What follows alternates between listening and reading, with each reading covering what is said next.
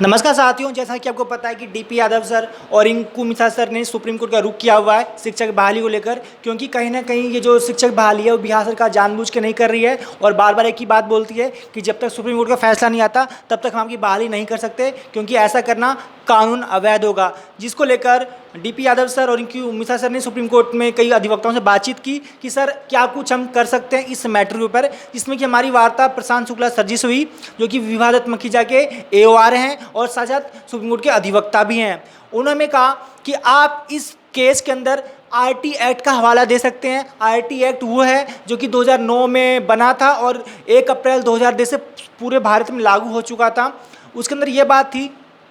कि हर स्कूल में लगभग 30 बच्चों पर एक शिक्षक होगा प्राथमिक स्तर पर और 35 बच्चों पर एक शिक्षक होगा उच्च प्राथमिक स्तर पर। साथ साथ ये बात भी कही गई थी कि किसी भी राज्य में कुल रिक्तियों का 10% से अधिक रिक्तियां खाली नहीं रखी जा सकती, यानी कि अगर 10% से अधिक रिक्तियां खाली रहती हैं तो वहाँ पर आरटी एक्ट का अवमानना होगा, उसकी अवहेलना होगी। ऐसे में कोर्ट उस पर एक्शन ले सकती है। लेकिन बिहार में बात की जाए तो यहाँ पर लगभग 44% से अधिक सीटें अभी भी खाली हैं, जो कि आरटी एक्ट का खुलेआम मजाक बन रहा है यहाँ पे। लेकिन बात हम करें कि हम केस में क्या कुछ कर सकते हैं, जैसे कि हमने आपको शुक्ला जी का वीडियो दिखाया अपने यूट्यूब चैनल पर कि शुक्ला जी ने क्या कुछ कहा इस केस को लेकर। उन्होंने हमसे 4 चीज़ें मांगी और ये कहा कि आप इसको जितनी जल्द दे सकते हैं उतनी जल्द हम आपकी केस की ड्राफ्टिंग कर पाएंगे और पहली सुनवाई भी करा पाएंगे 10 मई से पहले, क्योंकि 10 मई को सुप्रीम कोर्ट बंद होने जा रहा है। तो उन्होंने हमसे कुछ चीज़ें मांगी थी जो दस्तावेज जिसकी बेस हम केस कर सकते हैं। और साथ ये भी कहा था कि अगर आप यहाँ पर इस बात को लेकर आएंगे कि हमें नौकरी चाहिए सुप्रीम कोर्ट के अंदर शिक्षक की भर्ती करवानी है, तो कोर्ट आपकी बात को नकार देगा और सीरीज को खारिज कर देगा, क्योंकि आपको यहाँ पे आरटी एक्ट दिखाना है, ना कि अपनी नौकरी की बात करनी आनी है। तो हम आरटी एक्ट के हिसाब से जो बातें 2012 के जजमेंट में थी वो ये थी कि जो रिक्तियां हैं शिक्षकों की वो मैटर था, भवन विहीन विद्यालय ये हमें दिखाना था, शौचालय जो है वो गर्ल्स बॉयज़ का सेपरेट यानी अलग अलग दिखाना था, पेयजल की व्यवस्था में दिखानी थी। ये सारे पॉइंट्स थे जिसके बेस पे आरटी एक्ट के अंदर सारे प्रोविजंस प्रावधान दिए गए हैं। अगर इन सब चीज़ों की कहीं पे कमी पाई जाती है तो खुलेआम आरटी एक्ट का मजाक होगा या हम कह सकते हैं उसका पालन नहीं होगा, तो ऐसे में सुप्रीम कोर्ट उस पर एक्शन ले सकता है। सर ने मैं ये भी कहा कि अगर आप हमें इन सभी चीज़ें दे सकते हैं केस करने के लिए तो आपका केस ज़्यादा मजबूत होगा। लेकिन बड़े दुख के साथ कहना पड़ रहा है कि हमारे पास सिर्फ एक चीज़ यहाँ पे है, वो है रिक्तियाँ। वो भी क्या, हमारे पास लोकसभा में जो एचआरडी मिशन ने अपना बयान दिया था उसके बाद रिक्तियाँ पड़ी हैं कि पूरे बिहार में लगभग 2 लाख से ज़्यादा रिक्तियाँ अभी भी खाली हैं, जो कि लगभग 44% कुल रिक्तियों का हिस्सा है। लेकिन बाकी जो सर ने ये सब बातें कही थी कि आप भवन विहीन विद्यालय की फ़ोटो दीजिए, यानी उन्होंने साफ साफ कहा था हमें ऐसे स्कूल की फ़ोटो दीजिए जहाँ की छतें ना हो, मिट्टी के स्कूल्स हों या भी ऐसे कमरे हो जहाँ पे पर्याप्त बैठने की सुविधाएं ना हो। तो इस हिसाब से हम कोर्ट को ये दिखा पाएँ कि बिहार में भी आज़ादी के 70 सालों बाद भी जो विद्यालय की स्थिति वो बद से बदतर है, जिसे कोर्ट को हम कन्वेंस कर सके। और साथ ही उन्होंने ये भी कहा था कि हमें शौचालय की फ़ोटो दीजिए जिसमें कि गर्ल्स बॉयज़ का अलग अलग हो, जिसे हम कोर्ट को ये दिखा पाएँ कि वहाँ पे अभी भी पर्याप्त मात्रा में शौचालय की सुविधा नहीं दी गई है। यहाँ तक कि वहाँ पे अभी भी लड़कियाँ सिर्फ शौचालय की वजह से स्कूल नहीं जाती हैं, क्योंकि वहाँ पे शौचालय का अभाव होता है, जिससे कोर्ट को ये लगे कि कहीं ना कहीं बिहार के अंदर बहुत बुरी स्थिति है आरटी एक्ट को लेकर। साथ ही शुक्ला सर ने यह भी कहा कि पेयजल की व्यवस्था में दिखाई है कि वहाँ पे अभी भी स्वच्छ जल की उपलब्धता नहीं है आज़ादी के 70 सालों बाद भी, जिसको लेकर हम कोर्ट में ये बात रख सकें और आपका केस मजबूती से वहाँ पे पेश कर सके। लेकिन दोस्तों बहुत दुख के साथ कहना पड़ रहा है कि आपको डीपी यादव सर और रिंकू मिश्रा सर ने एक बात कही थी कि आप अपने ज़िले में जाइए, अपने गाँव में, अपने कस्बे में जाइए, वहाँ से कुछ फ़ोटो ला के दीजिए जिसके दम पर हम कोर्ट को ये दिखा सकें कि सर बिहार में जो स्थिति है स्कूल विद्यालय को लेकर, पेयजल को लेकर या फिर हम ये कि भवन को लेकर, वो बहुत ही दयनीय है। ऐसे में सुप्रीम कोर्ट को इस पे ध्यान देना चाहिए जिससे कि यहाँ की व्यवस्था में सुधार हो। लेकिन अभी तक बहुत ही कम सबूत हमारे पास बिहार से आए हुए हैं। जैसा कि आपको पता है कि डीपी यादव सर और रिंकू मिश्रा सर दिल्ली में आए हुए हैं और दिल्ली में पर डे रहने का खर्चा कम से कम 1000 से लेकर 1500 का खर्चा आता है, जो कि दोनों ही सर अपने जेब से उनको खर्चे में पैसे लगा रहे हैं। उनके लिए भी दिल्ली में ज़्यादा रहना उचित नहीं होगा, क्योंकि कहीं ना कहीं उनका काम भी बाधित हो रहा है बिहार के अंदर। तो ऐसे में वो कह रहे हैं कि अगर हमें आज शाम यानी कि आज तारीख यानी कि आज शाम तक उनको ये सारे सबूत नहीं मिलते तो वह पुनः अपने घर को प्रस्थान करेंगे, वापस चले जाएंगे, क्योंकि बिना सबूत के अगर केस किया जाता है तो कहीं ना कहीं हमारे आत्मघाती होगा और हमें ये पूरा लगता है कि कहीं ना कहीं कोर्ट इसको डिसमिस ना कर दे और इससे बच्चों का पैसा बर्बाद हो सकता है। तो हमें पूरे सबूत साथ कोर्ट में आना चाहिए। तो इसके लिए मैं आपसे पुनः कहना चाहता हूँ, जैसे कि डीपी यादव सर ने मुझे कहा आपसे बोलने के लिए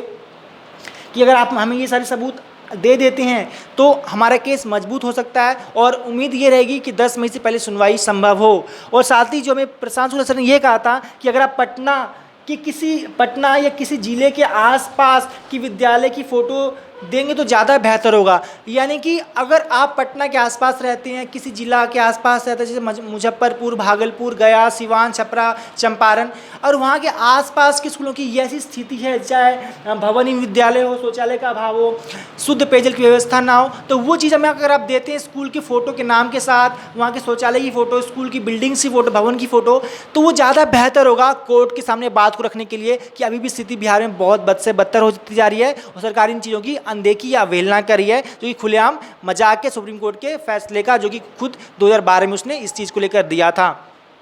दोस्तों, अगर आप ये सबूत नहीं दे पाएंगे तो कहीं ना कहीं ये केस हमारा मजबूती सुप्रीम कोर्ट में नहीं रखा पाएगा और इस केस की खारिज होने की संभावना बहुत ज़्यादा हो जाएगी। ऐसे में फिर ये होगा कि हमारा पक्ष मजबूत वहाँ पे नहीं होगा। अब बात किया जाए यहाँ पे DP Yadav sir, Rinku Mishra sir की, तो दिल्ली आए हुए हैं, वो बिहार तो सबूत लेने जा नहीं सकते। अगर वो बिहार जाएंगे तो उनको जाने आने में 3-4 दिन लग जाएंगे, तो ऐसे में उनका समय बर्बाद होगा और कहीं ना कहीं फिर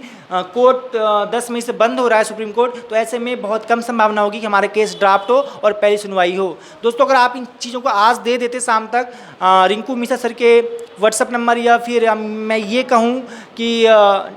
डीपी यादव सर के व्हाट्सएप नंबर पे, तो ये बहुत ही बेहतर होगा कि हम कल इस मामले को लेकर पुनः शुक्ला जी से संपर्क करें और उनको ये बात बताएं कि सर हमारे सबूत आ चुके हैं, आप जल्दी इस पर कार्रवाई करना शुरू कीजिए। अगर आप नहीं देते हैं तो दोस्तों ये बहुत ही ज़्यादा एक तरह से उचित कदम नहीं होगा और कहीं ना कहीं हम सभी के लिए एक आत्मघाती या गलत निर्णय साबित हो जाएगा, क्योंकि सुप्रीम कोर्ट है वो सबूत को देखती है।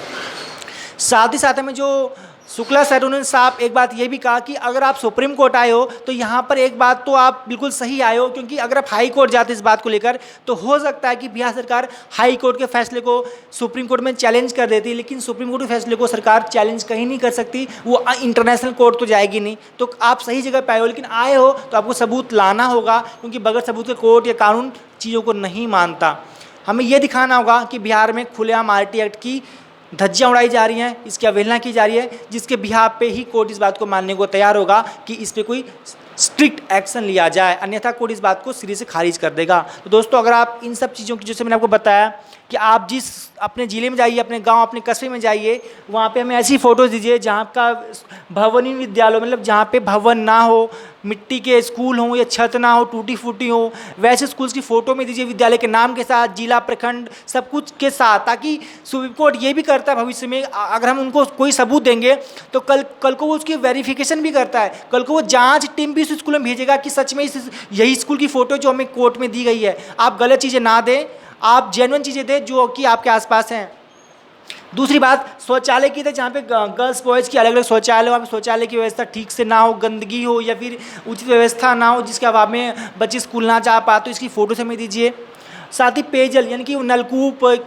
की व्यवस्था ना हो, शुद्ध पेयजल की व्यवस्था ना हो, बच्चे पानी पीने को अपने घर जाएं या फिर कहें कि पानी की उपलब्धता बहुत गंदी वहाँ पे हो, तो इन सब की फ़ोटो में स्कूल के नाम, एड्रेस के साथ सेंड कीजिए, ताकि हम इस बात को कोर्ट के सामने रख सकें। अन्यथा फिर हम जितना देर करेंगे उतना हमारा केस कमज़ोर होगा और हमारे लिए एक तरह से मुसीबत की घड़ी सामने आ जाएगी। साथ ही मैंने आपको ये कहा कि पटना या आसपास ज़िले की बात हो तो कोर्ट को ये दिखाएंगे कि सर देखिए, बिहार की राजधानी की ये हालात हैं, तो आप इमेजिन, आप कल्पना कर सकते हैं कि पूरे बिहार में क्या हालात होंगे। इसके लिए हमें ज़रूरी है कि हमारे पर्याप्त मात्रा में सबूत हो। दोस्तों, आपसे मैं यही कहना चाहूँगा कि बगैर सबूतों के सुप्रीम कोर्ट में केस नहीं किया जा सकता। बाकी आपकी राय सर्वोपरि है, क्योंकि आपने कुछ सहयोग राशि दी है, कई लोगों ने सहयोग राशि नहीं दी है तो उनसे मैं अब कुछ कहना भी नहीं चाहता, क्योंकि देखिए, लोगों की नीयत साफ़ होनी चाहिए। किसी को कहने की जरूरत नहीं पड़ती कि तू पैसे दे दे भाई, पैसे दे दो, पैसे दे दो। जिसको लगता है कि काम मेरे लिए हो रहा है तो खुद ब खुद आगे कहता है ठीक है मैं भी सहयोग राशि दूंगा। पर कई लोग होते हैं कि उनके पैसा होते हुए भी नीयत की साफ कमी होती है, जो कि मैंने देखा है। तो कहीं ना कहीं मैं आपसे इस बात के लिए फोर्स दबाव नहीं दूंगा, ये आपकी स्वेच्छा पर निर्भर करता है आप क्या एक्शन लेना चाहते हैं। लेकिन हाँ, मैं एक बात और कहना चाहता हूँ कि बहाली चंद लोगों की नहीं है, ये हक पूरे 45,000 बीटेड पास अभ्यर्थियों की है जो बिहार में 2 साल से बेरोजगार हैं, उनके हक की लड़ाई है। बाकी आप सबसे बड़े हो, जो होगा आपके लिए होगा और आप ही सर्वोपरि हो इस काम के लिए। आप जैसा आदेश डीपी यादव सर और रिंकू मिश्रा सर को देंगे वैसा ही वो काम करेंगे। आपको लगता है कि ये केस जल्दबाजी में किया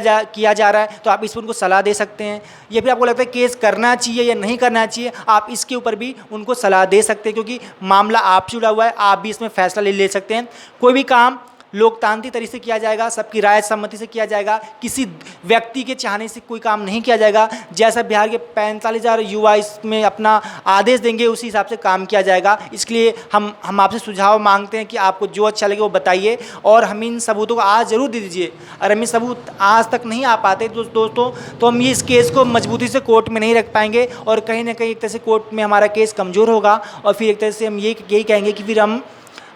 इस लक्ष्य को हासिल नहीं कर पाएंगे जिस उद्देश्य के साथ DP Yadav sir Mishra sir Delhi आए हुए हैं। और डीपी यादव सर ने ये भी कहा कि अगर उनको आज तक ये चीज़ नहीं मिलती हैं तो वो कल अपने मधुबनी को प्रस्थान करेंगे, यानी कल वो अपनी मधुबनी पुनः वापस चले जाएंगे। साथ ही जो रिंकू मिश्रा सर हैं वो भी अपने हनुमानगढ़ राजस्थान वापस चले जाएंगे, क्योंकि कोई व्यक्ति कितनी दिल्ली में आके रह सकता है, क्योंकि यहाँ पे रहने का खर्चा बहुत ज़्यादा होता है। दिल्ली एक महानगर है, यहाँ पे रहना खाना पीना चलना बहुत महंगा पड़ता है। दोस्तों आपको अगर नहीं लगता आप आके आप कुछ दिन गुजारिए, आपको खुद पता चलेगा कितना महंगा शहर दिल्ली है।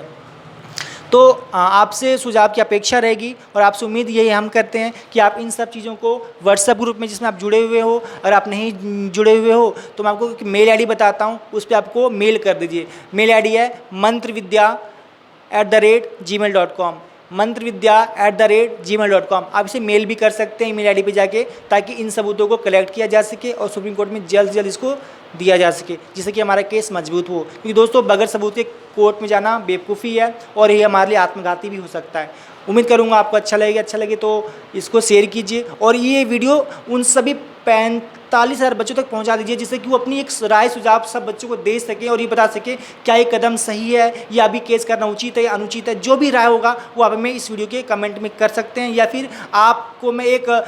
अपने चैनल पे एक पोल कराऊंगा, उस पोल पे अपनी राय दे सकते हैं कि क्या करना उचित होगा। और आप इन सबूतों को आज तक हमें दे देते हैं तो ज़्यादा बेहतर होगा कि हम इस केस को कल तक या परसों ड्राफ्टिंग में लगा दें, अन्यथा लेट हो जाएगा और 10 मई से सुप्रीम कोर्ट बंद होने जा रहा है। उम्मीद करूँगा आप अपना सहयोग जरूर देंगे। तब तक के लिए जय हिंद, जय भारत।